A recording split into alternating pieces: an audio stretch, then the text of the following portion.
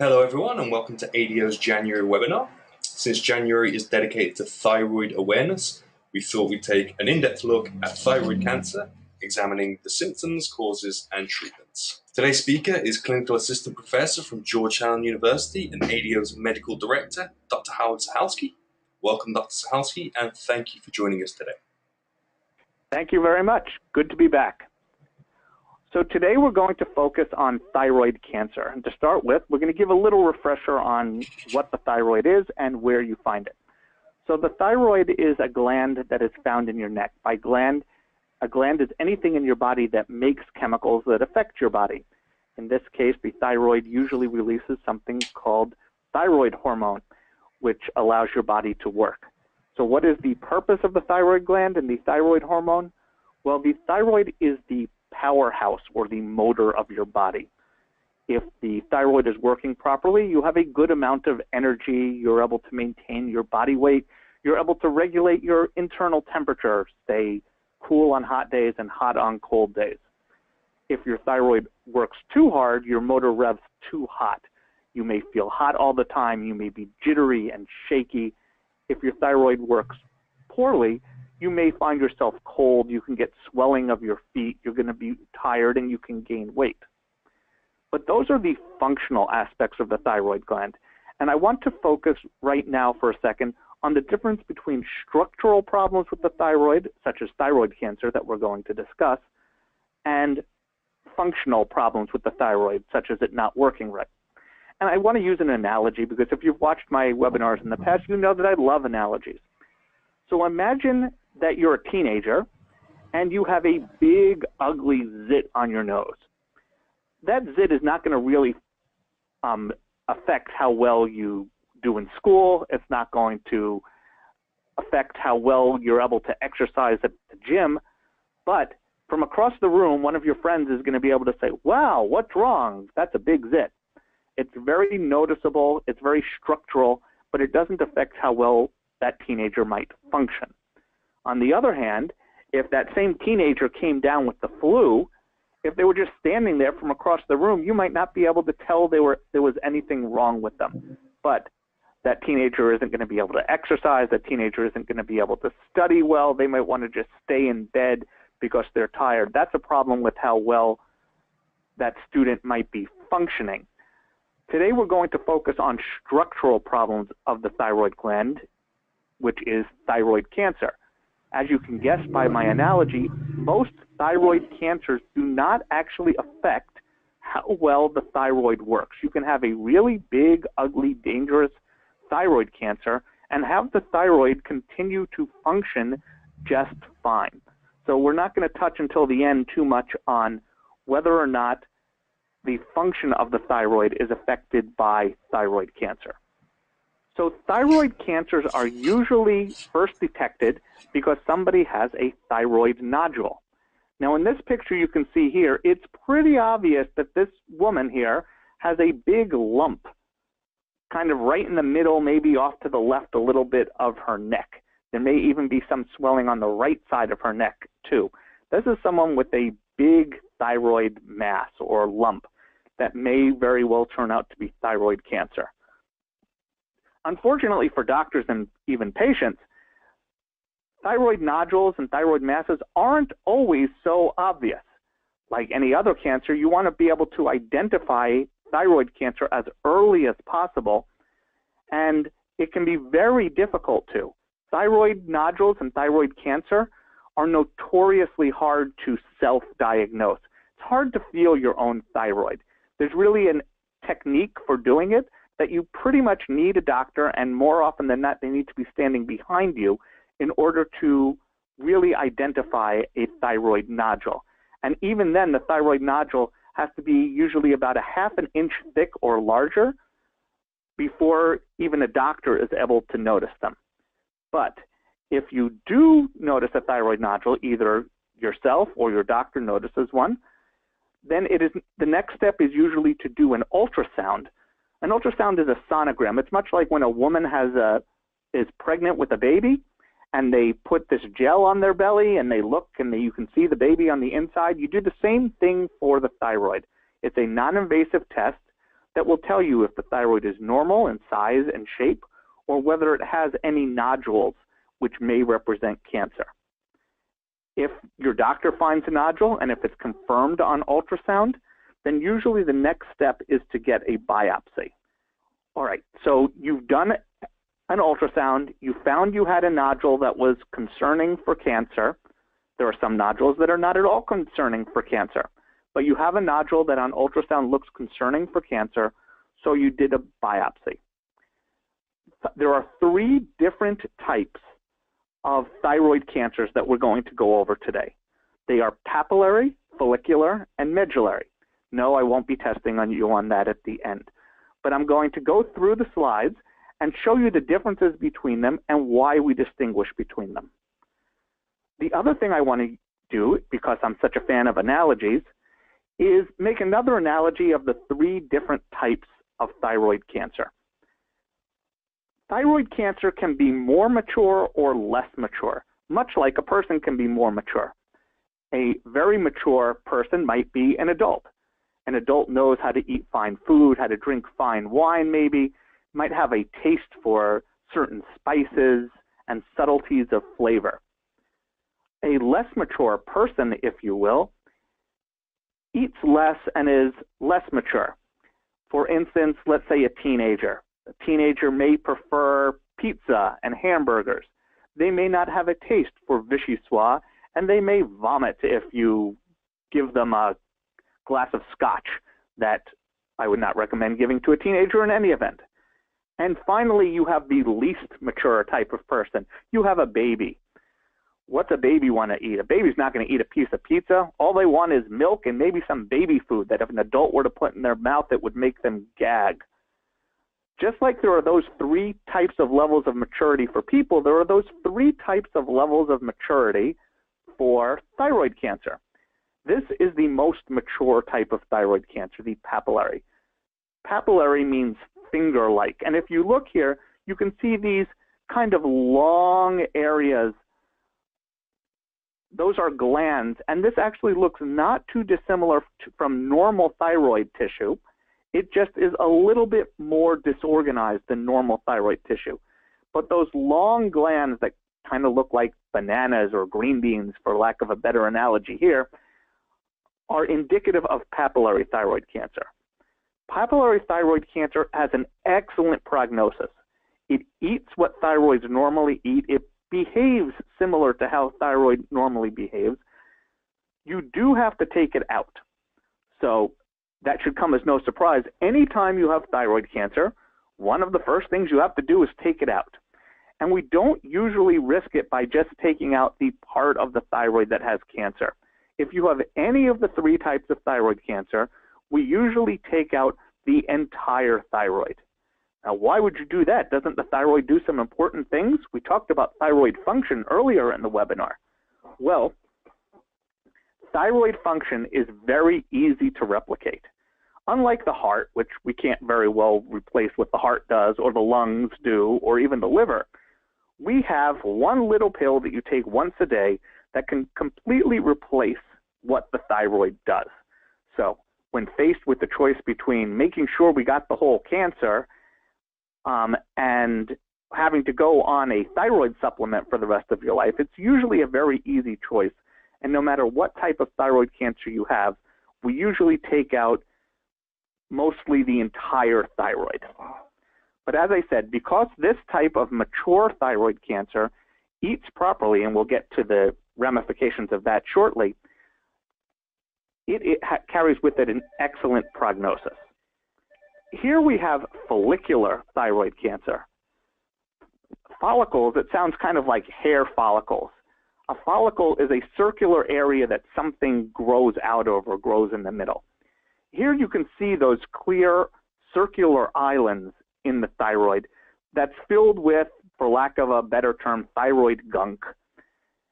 This is very classic for follicular thyroid cancer. It still mostly eats what thyroids eat. It is a slightly less mature, it's the teenager version of thyroid cancer. It eats similar to what thyroids eat and does, for the most part, what you would expect a normal thyroid to do, but not always, much like a teenager who can drive but isn't very reliable at it. It might crash the car every now and again. But it is still a somewhat maturing thyroid type cancer. Again, you do need to do surgery to take out the thyroid to make sure you get the whole thing. Now for the final type of thyroid cancer. This is medullary thyroid cancer.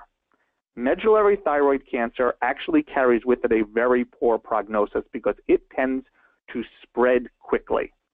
It is the least mature. As you can see, there is no rhyme or reason to the medullary thyroid cancer, which is the area to the left of on the slide. That area to the right where you see some circular follicular areas, those are actually normal areas in the thyroid. It's the mess on the left. That's what we're really looking at here.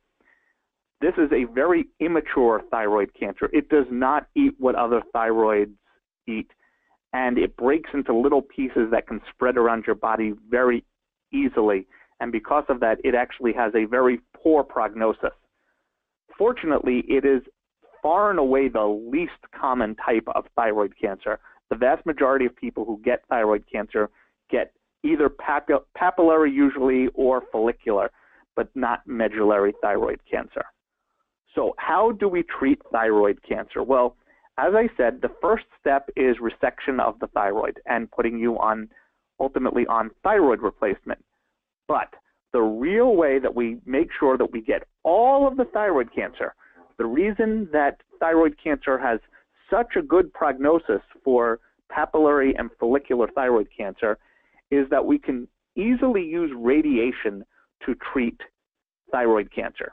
Now, radiation is both the cause and the cure of thyroid cancer.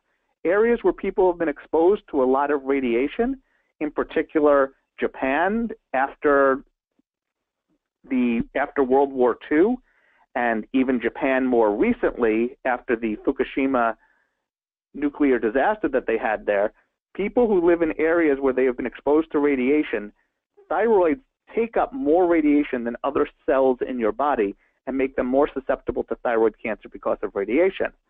But what the radiation taketh away, it also giveth. So radiation is a very effective way of killing thyroid cancer.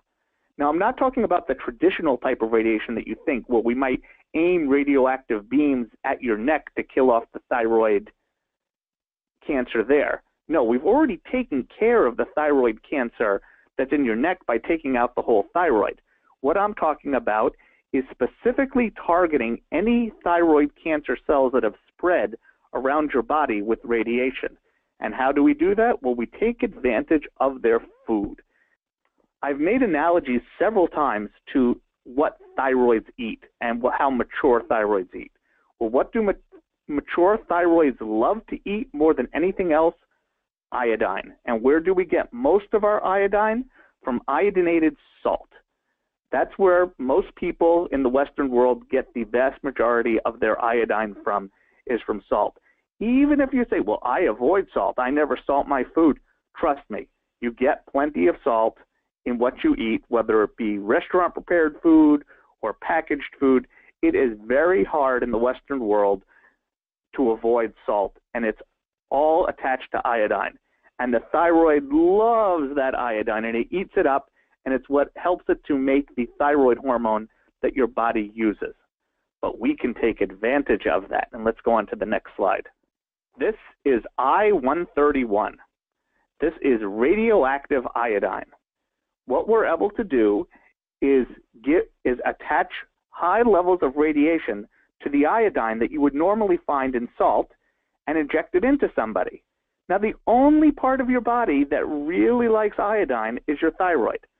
And because the mature thyroid in papillary thyroid cancer and follicular thyroid cancer still eat kind of like a normal thyroid, if there have been any cells that have spread elsewhere, they're going to be looking for iodine and they're going to be looking for salt.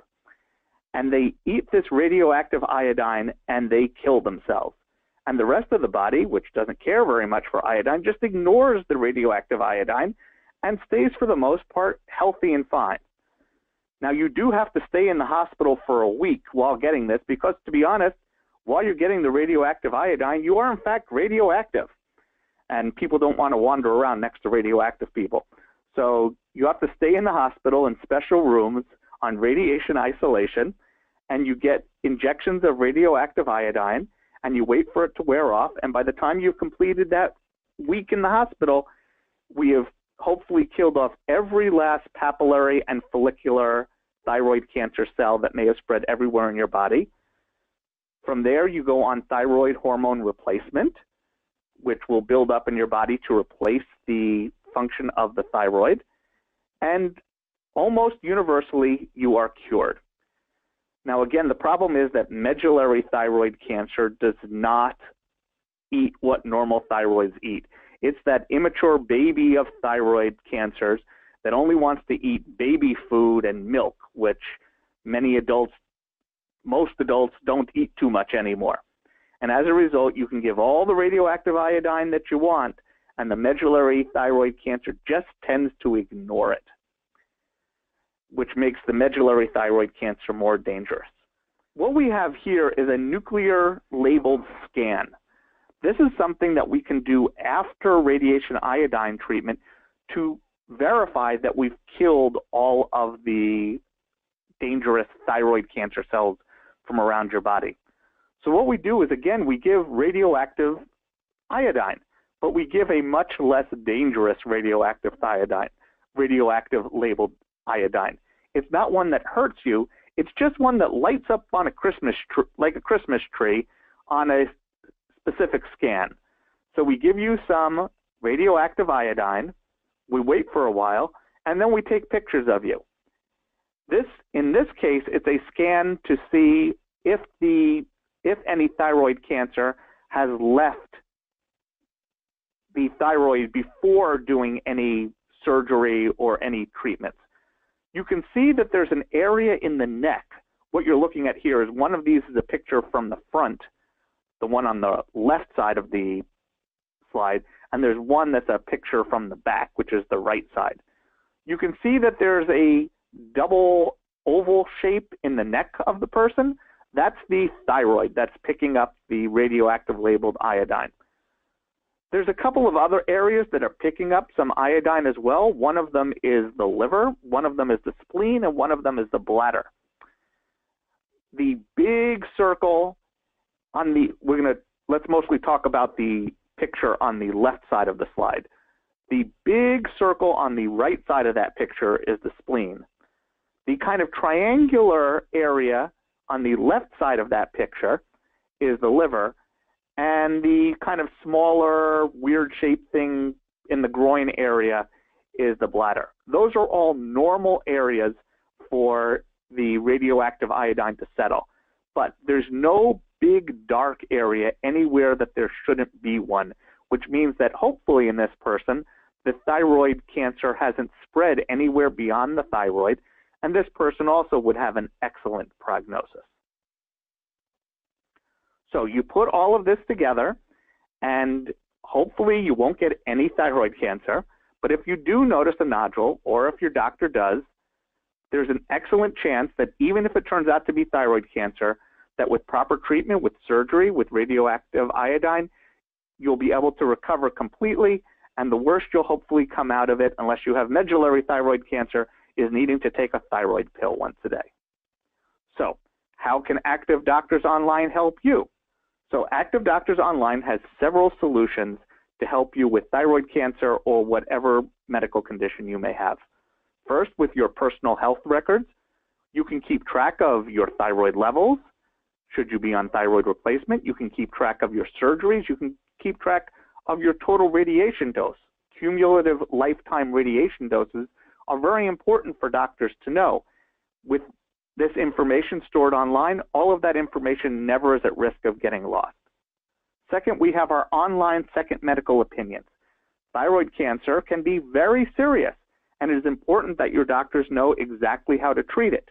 If you aren't sure of the quality of the doctor that you've been sent to, or even if you just want the opinion from one of the top doctors in their field, an endocrinologist who specializes in thyroids, or an oncologist who specializes in cancer, Activ Doctors Online is affiliated with thousands of top physicians from around the United States and around the world who within 48 hours can give you an online second medical opinion so that you can rest comfortable that you are getting the right treatment for your condition.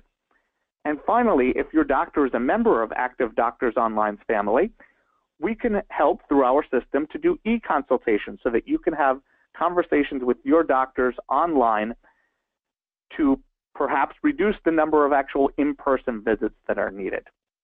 From here, I'm going to turn it back over to Tom, who will tell us more about how to get in touch and get started with Activ Doctors Online.